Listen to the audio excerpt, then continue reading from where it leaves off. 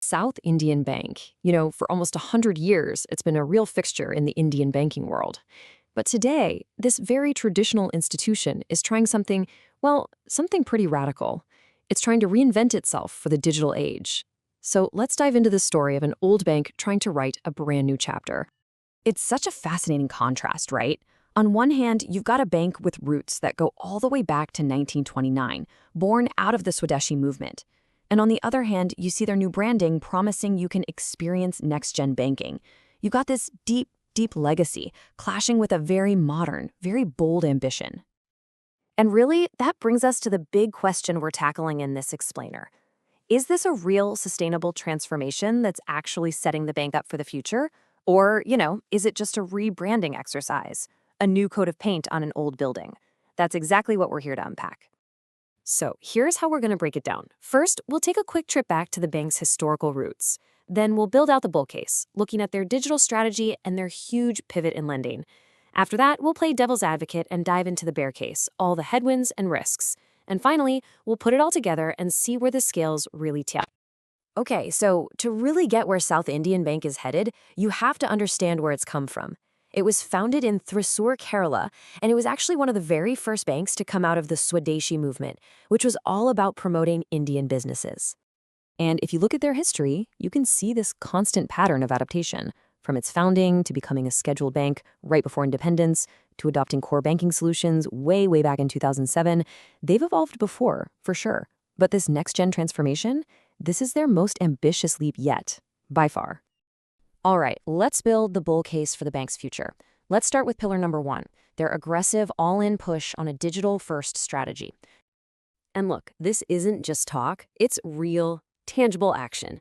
They've rolled out a whole suite of new digital products. We're talking everything from fully digital fixed deposits to co-lending platforms with fintechs.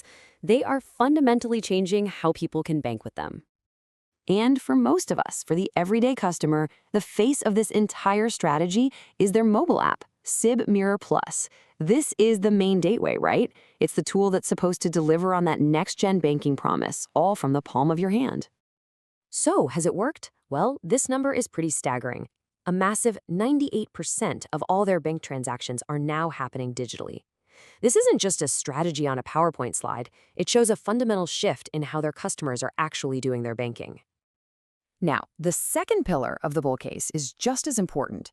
It's a huge strategic pivot in what kind of loans they're actually giving out.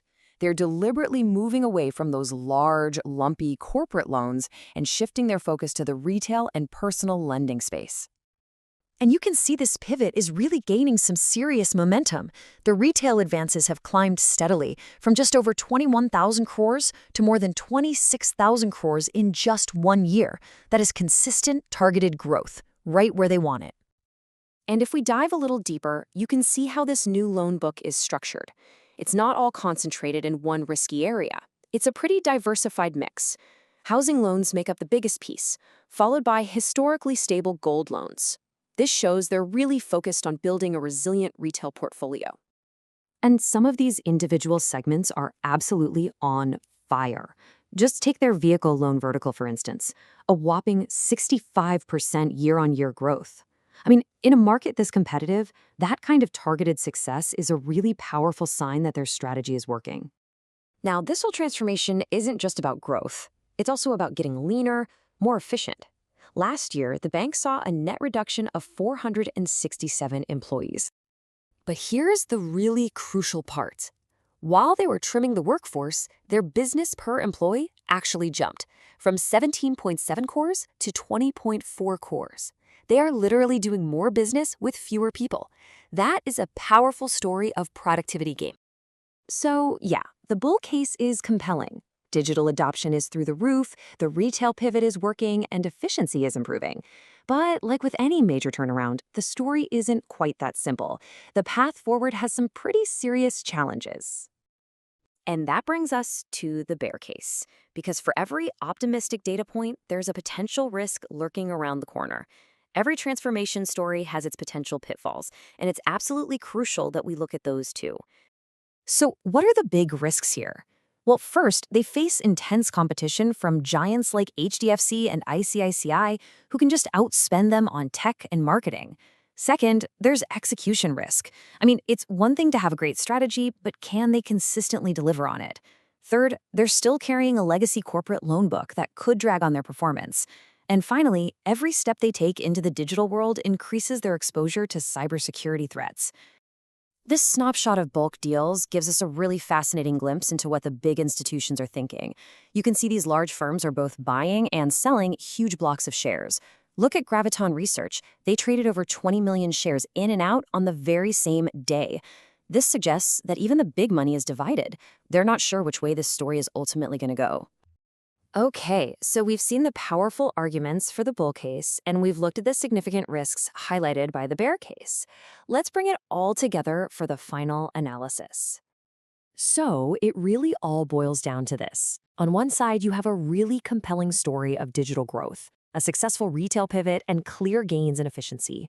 But on the other side, you have the daunting reality of intense competition, the risk of actually executing the plan, and a clear sense of uncertainty among the big institutional investors. The bank's own leadership, as you can tell from this quote in their annual report, is projecting total confidence. They see themselves as successfully navigating all the challenges and building a future based on trust and innovation. This is the narrative they want everyone to buy into. South Indian Bank really is at a pivotal moment. The strategy is clear, and you can't deny the early results are impressive. But the ultimate question remains: can this ambitious digital pivot truly transform a century-old legacy? Or will the competitive headwinds from much, much larger rivals just prove too strong? This is a story of old versus new, and honestly, only time is going to reveal the next chapter.